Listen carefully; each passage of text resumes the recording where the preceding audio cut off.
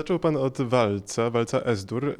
To jest, z tego co wiem, z tego co już czytałem, widziałem, jest to jakiś szczególny utwór, jeżeli chodzi o pana relacje z Chopinem. Tak, jest to szczególny utwór, dlatego że to był jeden z pierwszych moich kontaktów z muzyką Chopina.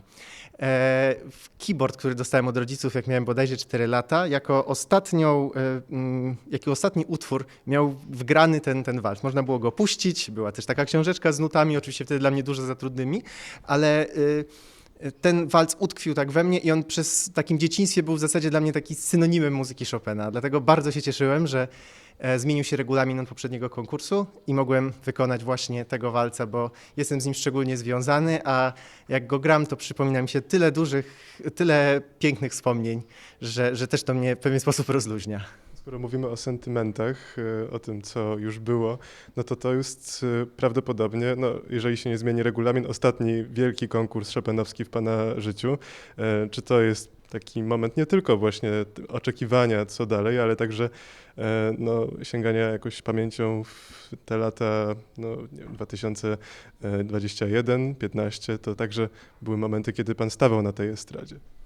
Tak, no jest to na pewno jest jakoś wspomnienie, chociaż ja akurat się od tego odcinam, dlatego że to nie były bardzo pozytywne wspomnienia, bo w obu tych konkursach nie zostałem zakwalifikowany do drugiego etapu, co no, zwłaszcza w 21 liczyłem na więcej, więc są to trochę smutne wspomnienia. W 21 też dosyć mocno się zestresowałem podczas tego grania, więc właśnie starałem się trochę nie myśleć o tym i wchodzić, nie wiem, troszeczkę inną drogą do tej filharmonii, żeby właśnie nie powielić tego schematu sprzed 4 lat.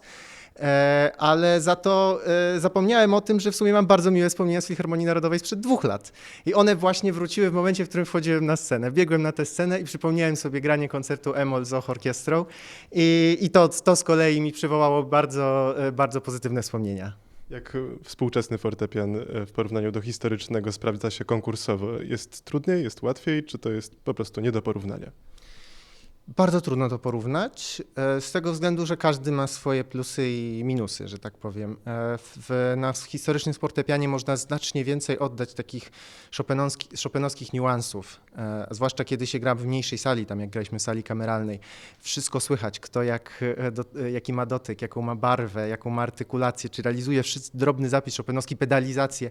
Tutaj wchodzi się do tej sali, fortepian współczesny nie ma aż takich subtelności, chociaż oczywiście próbujemy je wydobywać. Sala duża też w pewien sposób zaciera trochę to, co się dzieje. Te jakieś drobne niuanse tam u jurorów są prawie niesłyszalne. Więc to jest z jednej strony to, ale z drugiej strony fortepian współczesny jest znacznie bardziej przewidywalny. To jest nowa konstrukcja, sprawna, a to są często te kilkudziesięcioletnie fortepiany są takie kapryśne. Pamiętam, że na przykład na drugim etapie, zresztą podczas dokładnie tego walca zaciął mi się klawisz. I co, gram, a on się w ogóle nie odzywa, nie? Ale z drugiej strony myślę, że jurorzy o tym wiedzą i jeżeli tutaj się komuś coś nie odezwie, no to nie nauczył się, nie wyszło mu. A jak tam? A może fortepian mu się zaciął, więc no, są plusy i minusy. Jest pan zadowolony w takim razie z wyboru fortepianu? No, nie są to aż takie duże różnice, jak powiedzmy Lardem czy Pleyelem, ale jednak jakieś są. Czy wybór w tym roku był trafiony? Tak, myślę, że tak. Spotkałem na scenie przyjaciela, który mnie wspierał i mi pomagał.